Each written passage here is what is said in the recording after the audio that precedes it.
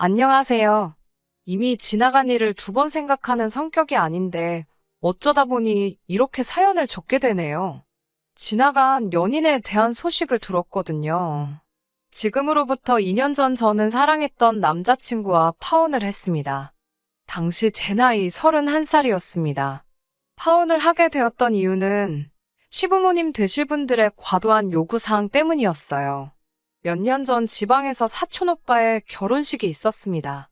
평소라면 부모님만 참석했을 자리였지만 그날따라 부모님께 일이 생겨서 제가 대신 참석해야만 했습니다.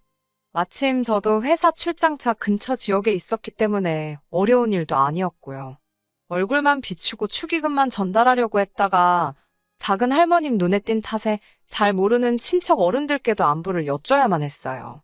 솔직히 제가 낯도 많이 가리고 넉살이 좋은 편은 아니라서 어색하고 불편하긴 했지만 부모님 얼굴에 행여 먹칠을 하진 않을까 걱정스러워 최대한 예의 바른 모습으로 조신하게 인사를 드렸지요. 그런데 이런 제 모습을 다들 좋게 봐주셨나 봅니다. 친척 어른 중 한 분께서 당신 아는 사람의 아들과 저를 이어주고 싶다며 며칠 뒤 연락을 해오신 거예요. 저에게나 저희 부모님에게나 낯설게 느껴질 만큼 먼 친척분이셨지만 조부모님과는 또 그런대로 가깝게 지내시는 분이라 거절하기도 어려운 자리였어요. 어머니께선 어르신 체면 살려드린다 생각하고 얌전히 나갔다 오라고 하셨지만 전 영 내키지 않았습니다. 하지만 제가 딱히 싫다고 할 수도 없는 자리였네요. 약속 장소는 서울 강남의 모호텔 1층에 위치한 카페였습니다. 쑥스러운 말이지만 호텔 카페는 그때 처음 가봤어요.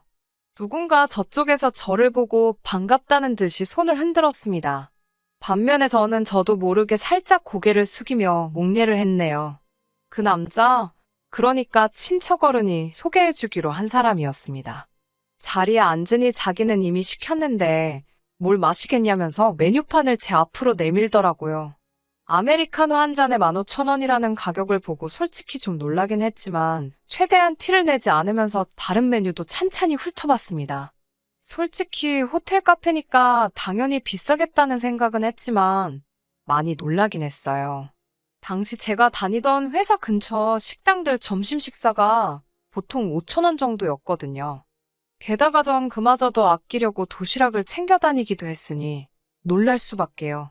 돈 이야기가 나와 말인데 제 배경에 대해서 조금만 이야기해보자면 제가 초등학생일 때 아버지가 실직을 하셨어요. 저희 아버지뿐만 아니라 당시 많은 아버지들이 직장을 잃던 시기였습니다. 그래도 건설회사를 다니시던 아버지께선 다른 분들에 비해서는 상황이 아주 나쁜 편은 아니었어요. 회사를 나오시면서 꽤 많은 금액의 위로금을 받으셨거든요. 하지만 위로금은 저희에게 아무런 도움이 되질 못했습니다. 훗날 어머니에게 듣기론 어떻게들 알았는지 몇몇 아버지의 지인들과 친구분들이 아버지께 돈을 빌려달라며 저희 집을 찾아왔답니다.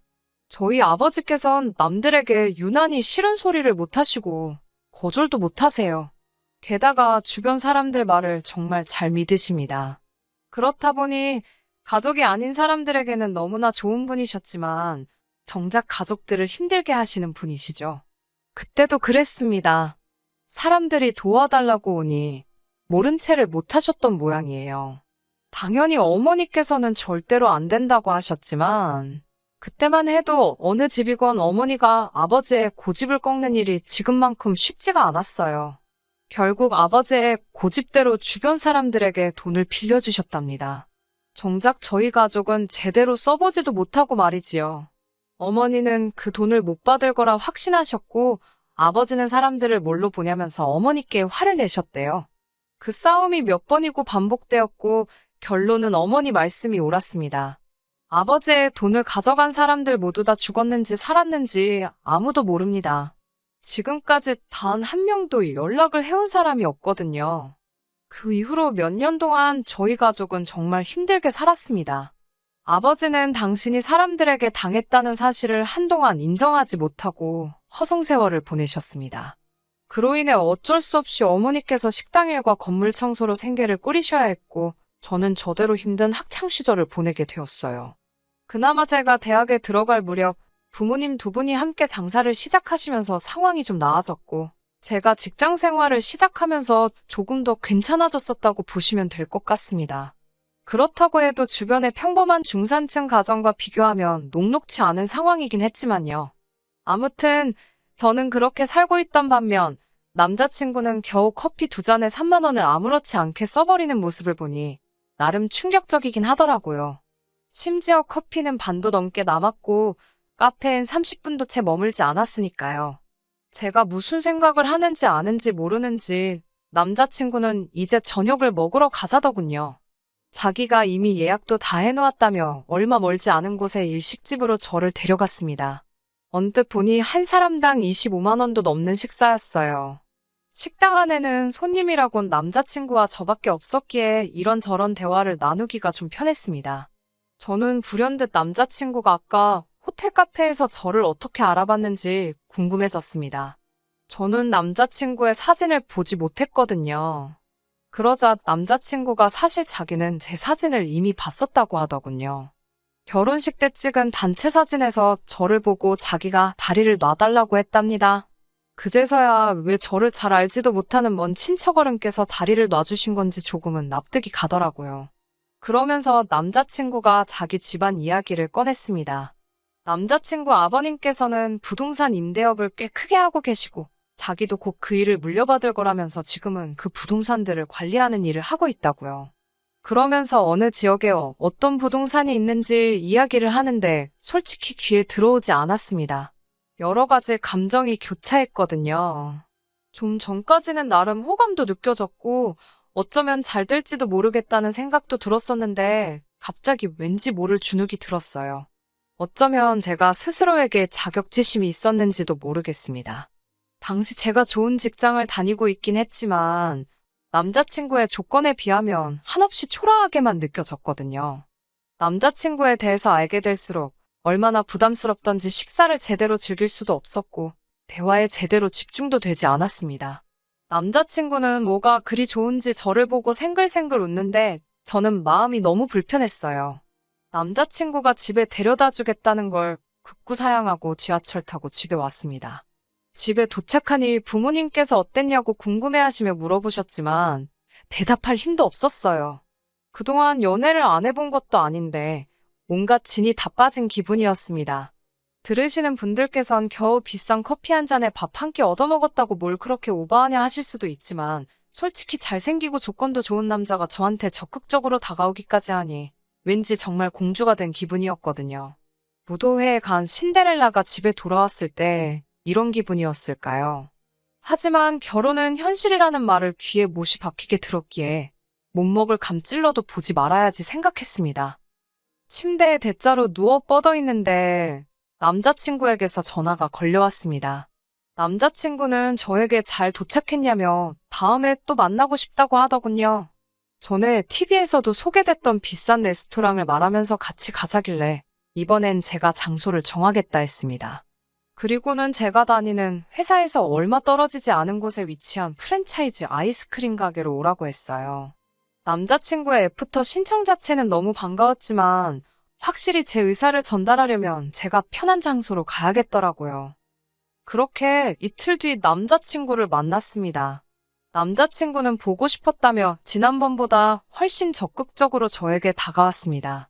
저는 그런 남자친구에게 솔직한 제 마음을 털어놓았어요. 다리를 놔주신 저희 친척 어르신께 들었는지 모르겠지만 나는 당신처럼 잘 사는 집딸이 아니라고요. 지금 비록 좋은 직장을 다니고는 있지만 매달 얼마씩 부모님께 생활비도 드려야 하고 앞으로도 계속 도와드려야 할지도 모른다고요. 연애도 남자한테 전적으로 의지하고 싶지 않은데 당신과 나는 차이가 너무 나기 때문에 내가 당신을 위해 해줄 수 있는 게 없을 것 같다고 허심탄회하게 털어놓았습니다.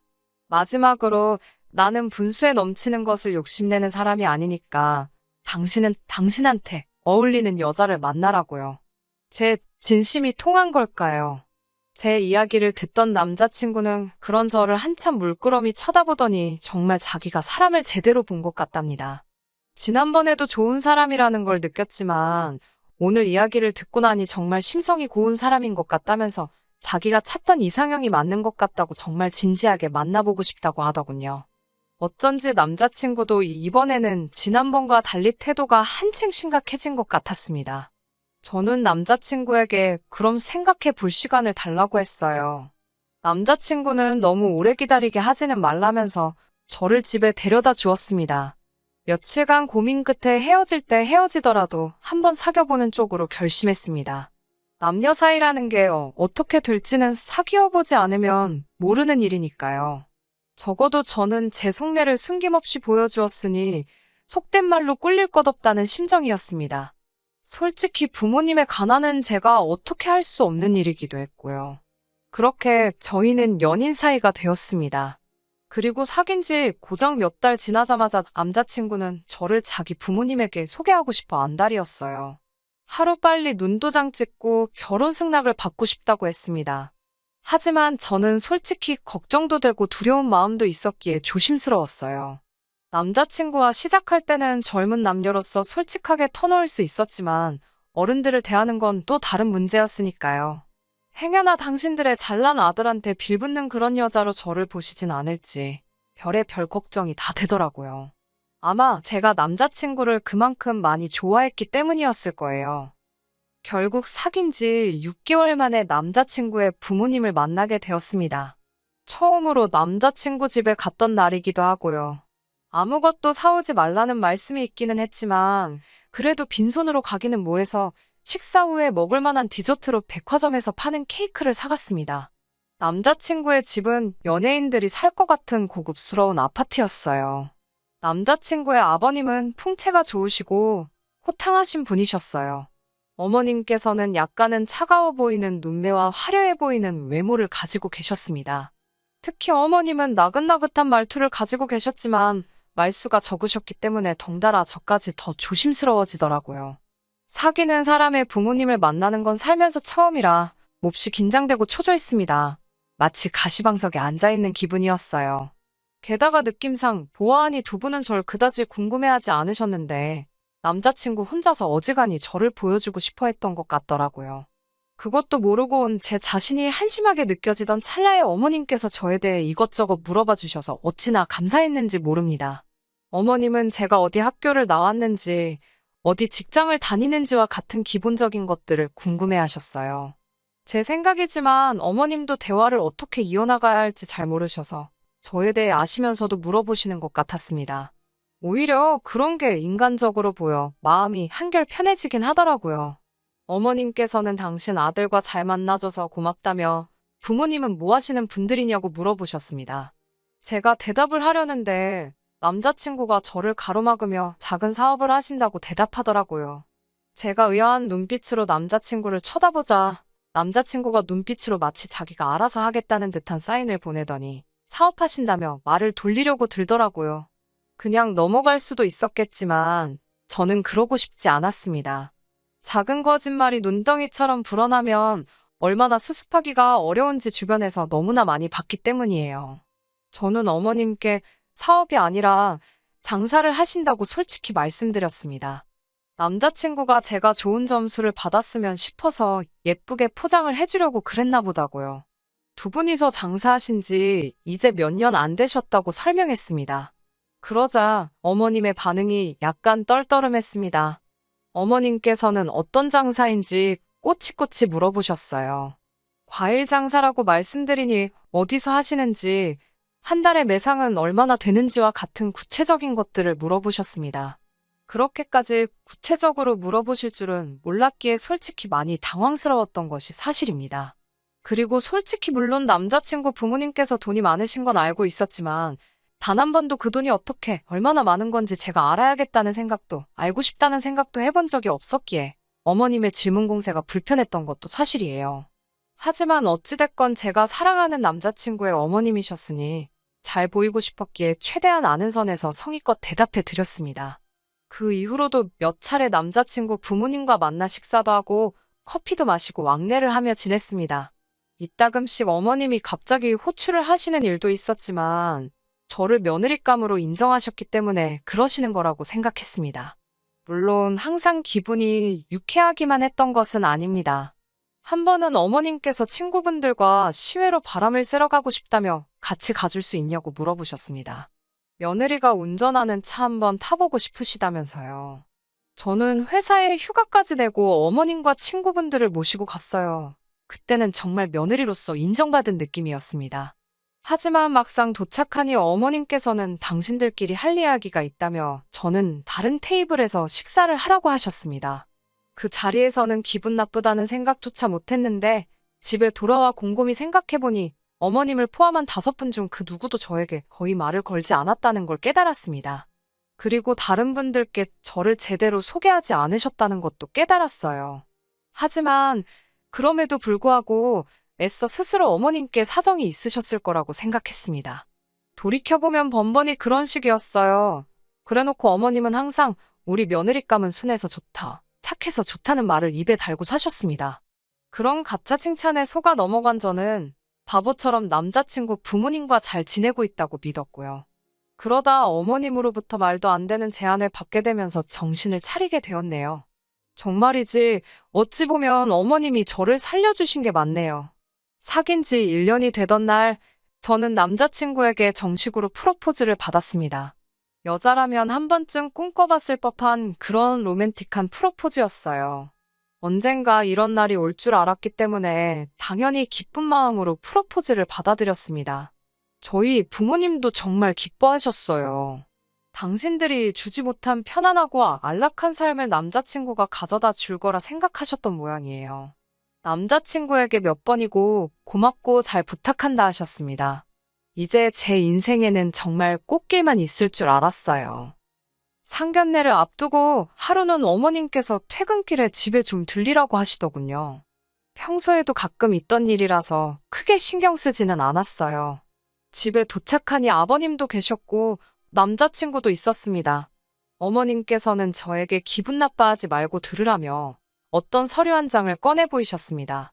요새는 결혼 전에 건강검진도 하고 이런저런 것들을 많이 확인하는 건 저도 들어봤을 거라며 계속 돌려서 뭔가를 설명하려고 하셨습니다. 그러자 보다 못한 아버님께서 서류를 건네주시며 저더러 대충 읽어보고 이름 쓰고 지장 찍고 사인하라고 하시더군요. 뭔가 하고 들여다보다가 첫 줄에 적힌 위자료 청구 포기각서라는 글자를 보고 저는 깜짝 놀랐습니다. 남자친구도 제 놀란 표정을 봤는지 원망스러운 표정으로 어머님과 아버님을 보면서 꼭 이렇게까지 해야 하냐며 한숨을 쉬더라군요. 서류를 읽어보니 한마디로 이혼할 때 이혼 사유에 관계없이 위자료를 청구하지 말라는 내용이었습니다. 아버님이 하신다는 말씀이 남자가 사업을 하다 보면 이런저런 구설수에 휘말릴 수도 있는데 그런 거 하나라도 꼬투리 잡아서 제가 이혼이라도 한다고 들면 서로 머리 복잡해진답니다. 따라서 그런 걸 미연에 방지하고자 작성해놓는 서류니까 너무 크게 신경 쓰지 않아도 된답니다. 제가 무슨 말도 안 되는 소리냐고, 제가 물론 남자친구를 믿지만 그래도 사람 일이라는 건 모르는 건데 제가 어떻게 이런 서류에 사인을 하느냐고 받아쳤습니다. 그러자 이번엔 어머님께서 저더러 너 혹시 우리 집에 돈 보고 시집 오는 거냐고 물으셨어요. 당연히 돈 보고 오는 건 아니지만 막말로 남자친구가 바람이라도 피거나 어디서 자식이라도 낳아오면 어떻게 제가 맨몸으로 나가겠냐고 물었더니 저더러 그런 생각도 하고 사냐면서 무섭답니다. 옆에 있던 남자친구도 저더러 무슨 말도 안 되는 소리를 하냐면서 쓸데없는 소리 하지 말고 그냥 서류에 부모님 말씀대로 이름 쓰고 지장만 찍으래요. 이혼 안 하고 평생 행복하게 살면 문제가 될 일이 아니라고요. 아무리 생각해도 이유가 어떻게 됐건 저 혼자 말도 안 되는 서류에 사인을 해주는 건 억울한 생각이 들었습니다. 그러다 불현듯 어디선가 봤던 바람핀 남편이 아내에게 써줬다는 반성문이 생각이 났어요. 거기에서 차가 나요. 저도 남자친구에게 그러면 불륜 책임 각서를 써달라고 했습니다. 만에 하나 사업을 핑계로 불륜 시 저에게 위자료로 얼마를 지급할 것인지 정확히 명시해서 이름 적고 지장 찍어 달라고요. 그러자 이번엔 남자친구 부모님께서 하지도 않을 불륜에 대해서 왜 각서를 적어달라냐며 저더러 억지 좀 쓰지 말라더군요. 그러더니 어머님께선 저를 달래듯 말씀하시기를 제가 없는 집 딸임에도 불구하고 며느리로 들이기로 한 건 바로 제 성품 때문이라 하셨습니다. 고분고분하고 싫은 소리 안 하는 게 너무 마음에 들었답니다. 있는 집 딸들은 자기 주장이 너무 강하고 되바라져서 다루기가 힘든데 저는 시키는 대로 따라오니 너무 편했답니다. 그런데 갑자기 왜 이러는 거냐면서 일 복잡하게 만들지 말고 얼른 이름 적으라며 저를 달래시는데 그제서야 알겠더라고요. 저를 하나의 인격이 아니라 말 잘 듣는 강아지나 식모 같은 존재로 생각했다는 거려.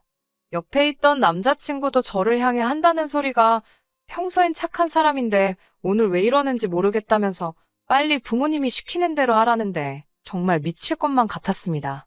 그동안 이 가족들이 저를 어떻게 생각한 건지, 제가 얼마나 등신같이 군 건지 알겠더라고요. 제가 이 집에 팔려오는 것 같아서 기분이 너무 더러웠어요. 마음 같아선 욕이라도 퍼부어주고 싶었지만 차마 그러지는 못하고 남자친구에게 헤어지자고만 했습니다. 대신 평생 자기 부모님을 원망이나 했으면 좋겠다는 악의를 가득 담아서 네 부모 때문에 헤어지는 거라고 확인시켜 주었습니다. 남자친구 부모님께도 어디서 얼마나 거지 같은 결혼 생활만 보고 듣고 겪으셨길래 이딴 서류부터 작성하게 만드시면서 아들의 결혼 생활을 시작하게 하시는지 참 불쌍하시다. 한마디 해드리고 그대로 그 집을 빠져나왔습니다. 그 이후로 남자친구에게 몇 차례 연락이 왔고 남자친구가 집 앞으로 찾아오기도 여러 번이었지만 이번만큼은 웬일인지 제 마음이 조금도 움직이지 않았습니다. 한 달쯤 지나서 친척 어르신이 연락을 해오셔서는 조심스레 남자친구의 안부를 전하시더군요. 상사병인지 뭔지 먹지도 자지도 못하고 누워만 있는다면서요. 그때는 제 마음이 살짝 흔들릴 뻔도 했지만 잘 참아냈습니다. 저희 부모님이 어르신께 소식을 전하시지 않으셨으면 좋겠다고 정중히 말씀을 드렸고요. 그러다 엊그제 자그만치 2년 만에 다시 그 사람의 소식을 듣게 되었습니다. 그 사람과 헤어지고 나서 저는 일만 하며 살았습니다. 덕분에 더 좋은 조건으로 이직을 하고 승진도 하여 그때보다 훨씬 나은 대우를 받으며 바쁘게 지내고 있었는데 그 사람은 완전히 망가졌더군요. 저와 헤어지고 얼마 지나지 않아 부모님의 권유로 비슷한 재력을 가진 여자와 결혼을 했나 봅니다. 그 여자에게는 그런 서류 같은 것도 받지 않았던 모양이에요. 그런데 얼마 지나지 않아 무슨 연유에서인지 이혼을 하게 되었는데 결혼 생활이 굉장히 짧았음에도 불구하고 위자료로 상당한 액수를 토해내야 했답니다. 게다가 아버님이 하시던 사업에서 탈세 사실이 발각되어 그 부분에서도 엄청난 과태료를 물게 되었고 여러 가지 일들이 있었나 봐요. 한때 그래도 연인이었던 사람이라 이런 소식을 들으면 가슴이 아플 줄 알았는데 아무렇지도 않은 걸 보니 사람 마음이 참 가벼운가 봐요. 아니면 제가 그때 받은 상처가 제 생각보다 훨씬 컸던 걸 수도 있고요. 아무튼 세상에 별의 별일이 다 있는데 그 일을 어떻게 극복해내느냐에 따라 더 크게 성장할 수도 있고 더 아래로 떨어질 수도 있는 것 같습니다. 아무튼 모든 일은 어떻게 받아들이고 행동하느냐에 따라 달린 것 같네요. 여러분도 매사 현명한 선택을 내리시길 바라겠습니다. 끝까지 들어주셔서 감사합니다. 오늘의 사연은 여기까지입니다. 구독과 좋아요, 알람 설정 부탁드리고 더 좋은 사연으로 다시 찾아뵙겠습니다. 감사합니다.